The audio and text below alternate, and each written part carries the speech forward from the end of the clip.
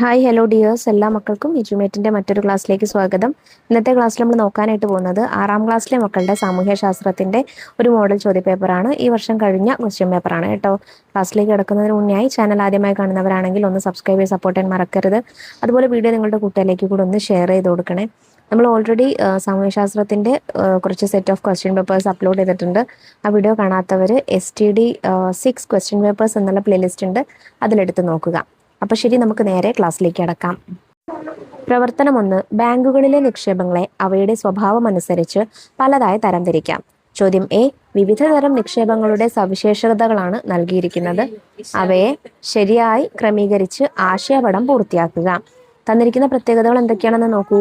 എത്ര വേണമെങ്കിലും പണം നിക്ഷേപിക്കാം. കുറഞ്ഞ നിരക്കിൽ പലിശ ലഭിക്കുന്നു. ഒരു നിശ്ചിത കാലയളവിന് ശേഷം പലിശയോടുകൂടി പണം പിൻവലിക്കുന്നു.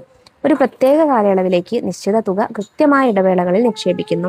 നിക്ഷേപങ്ങൾക്ക് പലിശയില്ല. ഇത്രയാണ് തന്നിരിക്കുന്നത്. ഇതിൽ ഒന്നാമത്തേത്, അതായത് എ എന്ന് പറയുന്നത് പ്രചലിത നിക്ഷേപങ്ങളാണ്.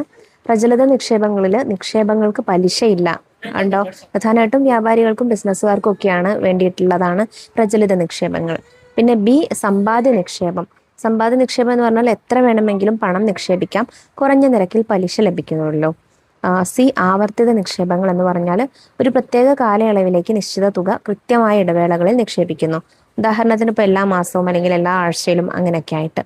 പിന്നെ ഡി, സ്ഥിര നിക്ഷേപങ്ങൾ. അത് ഒരു നിശ്ചിത കാലയളവിന് ശേഷം പലിശയോടുകൂടി പണം പിൻവലിക്കുന്നു. ഈ നിക്ഷേപത്തിനാണ് നമുക്ക് ഏറ്റവും കൂടുതൽ പലിശ ലഭിക്കുന്നത്. ഇതിലെ ചോദ്യം ബി. ഇന്ത്യയുടെ കേന്ദ്ര ബാങ്ക് എന്നറിയപ്പെടുന്ന ബാങ്ക് ഏതാണ്? State bank of India, central bank of India, union bank of India, reserve bank of India. RBI അഥവാ റിസർവ് ബാങ്ക് ഓഫ് ഇന്ത്യയാണ് കറക്റ്റ് ആൻസർ. പ്രവർത്തനം 2. സവിശേഷമായ ഭൂപ്രകൃതിയും ചരിത്രവും സംസ്കാരവുമുള്ള ഒരു ഏഷ്യൻ രാജ്യമാണ് ജപ്പാൻ. എ. തന്നിരിക്കുന്നവയിൽ ജപ്പാന്റെ ഭൂമിശാസ്ത്ര സവിശേഷതകളിൽ ശരിയായവ കണ്ടെത്തി എഴുതുക. 1. കുത്തനെ ഒഴുകുന്ന നദികൾ. 2. വിശാലമായ മരുഭൂമികൾ. 3. അറ്റ്ലാന്റിക് സമുദ്രത്താൽ ചുറ്റപ്പെട്ട് കിടക്കുന്നു. 4. നിരന്തരം ഉണ്ടാകുന്ന ഭൂകമ്പങ്ങൾ. 1, 2 ശരി, 2, 3 ശരി, 1, 4 ശരി, 1, 2 ശരി. ഇതില് സി 1ഉം 4ഉമാണ് ശരിയായിട്ടുള്ളത്. ഇതിലെ ബി ചോദ്യം. ജപ്പാന്റെ സാഹിത്യം, ഭക്ഷണം എന്നിവയുമായി ബന്ധപ്പെട്ട് കൂടുതൽ വിവരങ്ങൾ ഉൾപ്പെടുത്തി പട്ടിക പൂർത്തിയാക്കുക. സാഹിത്യത്തിൽ തന്നിട്ടുള്ളത് പരമ്പരാഗത ചരിത്രം വിവരിക്കുന്ന കൃതിയാണ് കൊഞ്ചിക്കി. അതുപോലെ ലോകത്തിലെ ആദ്യത്തെ നോവലായി കരുതപ്പെടുന്ന മുറസാക്കി ഷിക്കുബുവിൻ്റെ ഗെഞ്ചി കഥകൾ. പിന്നെ 3 വരികൾ മാത്രമുള്ള ഹ്രസ്വ കവിതകളായ ഹൈക്കു. ഇനി ഭക്ഷണത്തിന്റെ പ്രത്യേകതകൾ എന്താണ്? അരിയാണ് പ്രധാന ഭക്ഷണം. കടൽ വിഭവങ്ങളും പച്ചക്കറികളും ചേർത്ത വിഭവമായ സുഷി ഉണ്ട്. സോയാ സോസും നൂഡിൽസും ചേർത്ത വിഭവങ്ങൾ അഥവാ റാമൻ എന്നറിയപ്പെടുന്നുണ്ട്. ഉദാഹരണത്തിന് റാമൻ. ഓക്കെ. ഇനി മൂന്നാമത്തെ ചോദ്യം. ലോകത്തിലെ ഏറ്റവും വലുതും എഴുതപ്പെട്ടതുമായ ഭരണഘടനയാണ് ഇന്ത്യൻ ഭരണഘടന. ചോദ്യം എ. ഇന്ത്യൻ ഭരണഘടനാ നിർമ്മാണ സഭയുടെ അധ്യക്ഷൻ ആരായിരുന്നു? Doctor Rajendra Prasad, doctor BR Ambedkar, doctor C Radhakrishnan, Jawaharlal Nehru. ആരാണ് മക്കളെ? ഡോക്ടർ രാജേന്ദ്ര പ്രസാദ് ആണ്. ചോദ്യം ബി. തന്നിരിക്കുന്ന സവിശേഷതകൾ ഇന്ത്യൻ ഭരണഘടനയുടെ ഏതെല്ലാം അടിസ്ഥാന ലക്ഷ്യങ്ങളെ പ്രതിഫലിപ്പിക്കുന്നു എന്ന് പറയുക. സവിശേഷതകളും അടിസ്ഥാന ലക്ഷ്യങ്ങളുമാണ് നമുക്ക് ടേബിളിലാക്കിയിട്ട് തന്നിട്ടുള്ളത്. ആദ്യത്തേത്, തിരഞ്ഞെടുക്കുന്ന വ്യക്തി രാഷ്ട്ര തലവൻ. അത് റിപ്പബ്ലിക്കാണ്. അസമത്വങ്ങൾ കുറച്ച് സാമൂഹ്യ നീതി ഉറപ്പാക്കുന്നു. അത് സോഷ്യലിസമാണ്. രാഷ്ട്രത്തിന് ഔദ്യോഗിക മതമില്ല. അത് മതേതരത്വമാണ്. അതുപോലെ ജനങ്ങള് പരമാധികാരി. അത് ജനാധിപത്യമാണ്. ചോദ്യം സി. ഭരണഘടനാ വ്യവസ്ഥ എന്നതുകൊണ്ട് അർത്ഥമാക്കുന്നത് എന്താണ്? ഒരു രാജ്യത്തെ ഭരണ സംവിധാനത്തിന്റെ അടിസ്ഥാന തത്വങ്ങളും നിയമങ്ങളും അടങ്ങിയ ലിഖിതമായോ അല്ലാതെയോ ഉള്ള പ്രമാണത്തെയാണ് ഭരണഘടന എന്ന് വിളിക്കുന്നത്.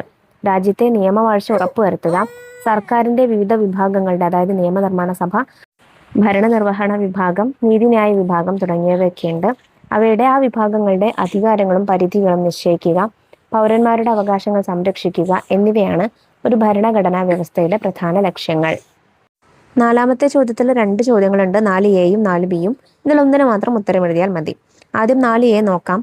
ഭൂഖണ്ഡങ്ങൾക്കിടയിലായി സ്ഥിതി ചെയ്യുന്ന അതിവിശാലമായ ജലാശയങ്ങളാണ് സമുദ്രങ്ങൾ.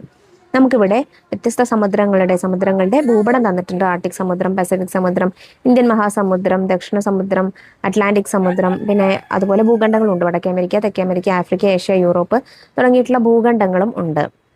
ഇതിൽ ആദ്യത്തെ ചോദ്യം. നൽകിയിരിക്കുന്ന ഭൂപടത്തിൽ നിന്നുള്ള വിവരങ്ങൾ കൂടി ഉൾപ്പെടുത്തി സൂചനകൾക്കനുസരിച്ച് ഏതെങ്കിലും ഒരു സമുദ്രത്തിന്റെ വായനാ കാർഡ് തയ്യാറാക്കുക.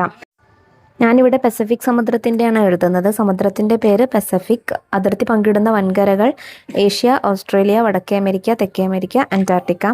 ഏറ്റവും ആഴം കൂടിയ ഭാഗം ചലഞ്ചർ ഗർത്തം, മരിയാന ട്രഞ്ച് എന്ന് എഴുതിയാലും മതിയെ. മറ്റ് സവിശേഷതകൾ: ലോകത്തിലെ ഏറ്റവും വലിയ സമുദ്രമാണ്. ഭൂമിയുടെ ആകെ വിസ്തൃതിയുടെ 1/3 ഭാഗവും ഈ സമുദ്രമാണ്. ഏറ്റവും കൂടുതൽ ദ്വീപുകൾ കാണപ്പെടുന്ന സമുദ്രം കൂടിയാണ് ഇത്. 4ൽ ബി ചോദ്യം: സമുദ്രങ്ങളെക്കുറിച്ചുള്ള ശാസ്ത്രീയ പഠനമാണ് സമുദ്രശാസ്ത്രം. ചോദ്യം എ: സമുദ്ര പഠനം എങ്ങനെയെല്ലാമാണ് നമുക്ക് ഉപകാരപ്രദമാവുന്നത്? കുറിപ്പ് തയ്യാറാക്കുക. സമുദ്രങ്ങളെക്കുറിച്ചുള്ള ശാസ്ത്രീയ പഠനമാണ് സമുദ്രശാസ്ത്രം. ഇത് മനുഷ്യരാശിക്ക് പല വിധത്തിൽ പ്രയോജനപ്പെടുന്നു. കാലാവസ്ഥാ പ്രവചനം: സമുദ്രജല പ്രവാഹങ്ങളും താപനിലയും കാലാവസ്ഥയെ വലിയ രീതിയിൽ സ്വാധീനിക്കുന്നു. ഇത് പഠിക്കുന്നത് മഴ, കൊടുങ്കാറ്റ് എന്നിവ മുൻകൂട്ടി അറിയാൻ സഹായിക്കുന്നു. വിഭവങ്ങൾ കണ്ടെത്തൽ: സമുദ്രത്തിനടിയിലുള്ള ധാതുക്കൾ, എണ്ണ, പ്രകൃതിവാതകം എന്നിവയുടെ സാന്നിധ്യം കണ്ടെത്താൻ സമുദ്ര പഠനം അത്യാവശ്യമാണ്. ഭക്ഷ്യസുരക്ഷ: മത്സ്യബന്ധന മേഖലയുടെ പുരോഗതിക്കും സമുദ്രത്തിലെ ജൈവ വൈവിധ്യം സംരക്ഷിക്കുന്നതിനും ഇത് സഹായിക്കുന്നു. ഗതാഗതം: സുരക്ഷിതമായ കപ്പൽ യാത്രയ്ക്കും സമുദ്രപാതകൾ നിശ്ചയിക്കുന്നതിനും വേലിയേറ്റം, വേലിയിറക്കം, തരംഗങ്ങൾ എന്നിവയെക്കുറിച്ചുള്ള അറിവ് പ്രധാനമാണ്. അടുത്തത് പരിസ്ഥിതി സംരക്ഷണം: സമുദ്ര മലിനീകരണം തടയാനും ആഗോളതാപനം സമുദ്രങ്ങളെ എങ്ങനെ ബാധിക്കുന്നുവെന്ന് മനസ്സിലാക്കാനും പഠനം സഹായിക്കുന്നു. ഇതിലെ ബി ചോദ്യം: സമുദ്ര സംരക്ഷണത്തിന്റെ പ്രാധാന്യം ബോധ്യപ്പെടുത്തുന്ന ഒരു പ്ലക്കാർഡ് തയ്യാറാക്കുക. പ്ലാസ്റ്റിക്കുകൾ കടലിലേക്ക് വലിച്ചെറിയരുത്. സമുദ്ര വിഭവങ്ങൾ വരും തലമുറയ്ക്കായി കാത്തുവയ്ക്കാം. സമുദ്രത്തെ രക്ഷിക്കൂ, ഭൂമിയെ കാക്കൂ. ഇങ്ങനെ എഴുതിയാലും മതിയെ. അടുത്തത് 5ാമത്തെ ചോദ്യത്തിൽ 2 ചോദ്യങ്ങളുണ്ട്. 5A-യും 5B-യും. ഇതിൽ ഒന്നിന് മാത്രം ഉത്തരം എഴുതിയാൽ മതി. 5ലെ എ ചോദ്യം: ജനങ്ങൾ രൂപീകരിച്ച ഏറ്റവും ഉത്തമമായ സാമൂഹിക രാഷ്ട്രീയ സ്ഥാപനമാണ് രാഷ്ട്രം. ചോദ്യം എ: താഴെ പറയുന്നവയിൽ രാഷ്ട്രത്തിന്റെ ഘടകങ്ങൾ കണ്ടെത്തുക. ജനസംഖ്യ, ഭൂപ്രദേശം, ഭാഷ, പരമാധികാരം. ഇതിൽ ജനസംഖ്യയും ഭൂപ്രദേശവും പരമാധികാരവും എന്താണ്? രാഷ്ട്രത്തിന്റെ ഘടകങ്ങളാണ്. തന്നിരിക്കുന്ന ഓപ്ഷൻസ് നോക്കൂ. 1, 2 മാത്രം, 1, 2, 4 മാത്രം, 2, 3, 4 മാത്രം. മുകളിൽ പറഞ്ഞവയെല്ലാം.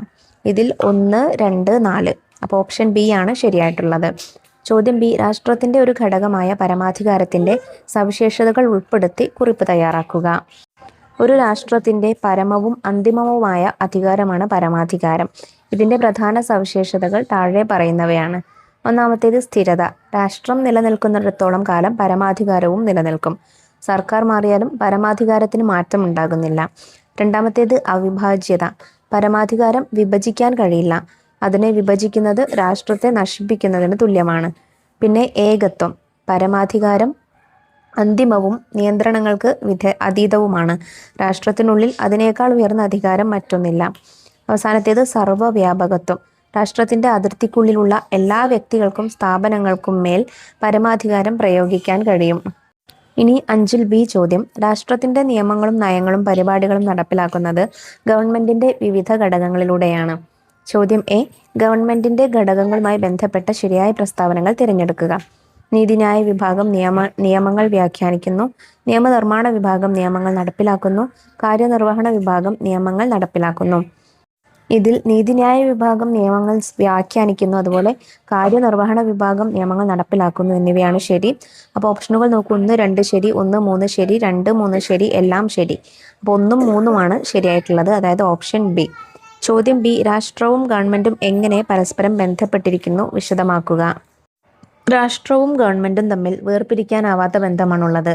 അവ തമ്മിലുള്ള പ്രധാന വ്യത്യാസങ്ങളും ബന്ധവും താഴെ പറയുന്നവയാണ്. ആദ്യത്തേത് അസ്തിത്വം. രാഷ്ട്രം എന്നതൊരു അമൂർത്തമായ സങ്കല്പമാണ്.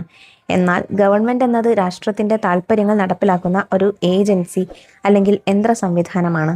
രൂപീകരണം. ഒരു നിശ്ചിത ഭൂപ്രദേശം, ജനസംഖ്യ, ഗവൺമെന്റ്, പരമാധികാരം എന്നിവ ചേരുന്നതാണ് രാഷ്ട്രം. രാഷ്ട്രത്തിന്റെ ലക്ഷ്യങ്ങൾ പൂർത്തീകരിക്കുന്ന ഘടകമാണ് ഗവൺമെന്റ്. സ്ഥിരത. രാഷ്ട്രം സ്ഥിരമായ ഒന്നാണ്. എന്നാൽ ഗവൺമെന്റുകൾ തിരഞ്ഞെടുപ്പുകളിലൂടെയോ മറ്റ് സാഹചര്യങ്ങളാലോ മാറിക്കൊണ്ടിരിക്കും. അധികാരം. ഗവൺമെന്റിന് അധികാരം ലഭിക്കുന്നത് രാഷ്ട്രത്തിൽ നിന്നാണ്. രാഷ്ട്രത്തിന്റെ പരമാധികാരം പ്രയോഗിക്കുന്നത് ഗവൺമെന്റിലൂടെയാണ്. ചുരുക്കത്തിൽ, ശരീരം പോലെയാണ് രാഷ്ട്രമെങ്കിൽ അതിനെ ചലിപ്പിക്കുന്ന ജീവൻ അല്ലെങ്കിൽ മസ്തിഷ്കം പോലെയാണ് ഗവൺമെന്റ് പ്രവർത്തിക്കുന്നത്. ഗവൺമെന്റ് ഇല്ലാതെ ഒരു രാഷ്ട്രത്തിന് ഒരിക്കലും പ്രവർത്തിക്കാനാവില്ല. പ്രവർത്തനം 6. ഓരോ തിണയിലെയും ജനങ്ങളുടെ ജീവിത രീതിയും ഉപജീവനവും തിണകളുടെ ഭൂമിശാസ്ത്ര സവിശേഷതകൾക്കനുസരിച്ച് വ്യത്യസ്തമായിരുന്നു. വാർത്താ തലക്കെട്ടുകൾ പരിശോധിക്കൂ. കാടിനോട് ചേർന്നുള്ള പുൽമേടുകൾ സമൃദ്ധം. കന്നുകാലി വളർത്തൽ വ്യാപകം. കാടുകളും മരങ്ങളും സംരക്ഷിച്ച് വനവിഭവ ശേഖരണം. നെൽവയലുകളിൽ വിളവെടുപ്പ്, കൃഷിജീവിതം സമൃദ്ധം. വരണ്ട പ്രദേശങ്ങളിൽ കൊള്ളയും കവർച്ചയും വർദ്ധിക്കുന്നു. കടലിൽ ചാകര, തീരപ്രദേശത്ത് ആഘോഷം. ഇതുമായി ബന്ധപ്പെട്ട ചോദ്യം നോക്കൂ. പത്രവാർത്തകളിലെ സാഹചര്യങ്ങൾ തിണകളിലെ ഭൂമിശാസ്ത്ര സവിശേഷതകളുമായി ബന്ധപ്പെടുത്തി പട്ടിക പൂർത്തിയാക്കുക. നമുക്ക് തിണകൾ, ഭൂമിശാസ്ത്ര സവിശേഷതകൾ, ഉപജീവന മാർഗങ്ങൾ എന്നിങ്ങനെയുള്ള പട്ടികയാണ് തന്നിരിക്കുന്നത്. ആദ്യത്തെ ഭൂമിശാസ്ത്ര സവിശേഷതകൾ നോക്കൂ. കാട്, മല എന്നിവയാണ്. അവയുടെ ഉപജീവന മാർഗങ്ങൾ വനവിഭവ ശേഖരണമാണ്. അതേതാണ് തിണ? കുറിഞ്ചിയാണ് കേട്ടോ. പിന്നെ അടുത്തത് മുല്ലേ. ഭൂമിശാസ്ത്ര സവിശേഷത വരുന്നത് പുൽമേടുകളാണ്. കന്നുകാലി മേയ്ക്കലാണ് പ്രധാന ഉപജീവന മാർഗം. പിന്നെ അടുത്തത് പാലൈ, വരണ്ട പ്രദേശമാണ്. അവയുടെ ഉപജീവന മാർഗം അവരുടേത് കൊള്ളയും കവർച്ചയുമാണ്. പിന്നെ അടുത്തത് വയൽ പ്രദേശത്ത് കൃഷി ചെയ്യുന്ന ഉപജീവന മാർഗമായിട്ട് കൃഷി ചെയ്യുന്നവർ മരുതമാണ്. പിന്നെ നെയ്തൽ, തിണയിൽ വെട്ടുന്നവർ തീരദേശ പ്രദേശത്താണ്. ഭൂമിശാസ്ത്ര സവിശേഷത വരുന്നത് തീരപ്രദേശമാണ്. അവരുടെ പ്രധാന ഉപജീവന മാർഗം മീൻപിടുത്തവും ഉപ്പുകുറുക്കലുമാണ്. അപ്പോൾ ഇത്രയും ചോദ്യങ്ങളാണ് നമുക്ക് ഈ സെറ്റ് ക്വസ്റ്റ്യൻ പേപ്പറിൽ നോക്കാനായിട്ടുള്ളത്. സിമ്പിൾ ചോദ്യ പേപ്പറാണ്, ഇമ്പോർട്ടൻ്റ് ആയിട്ടുള്ള ചോദ്യങ്ങളാണ്.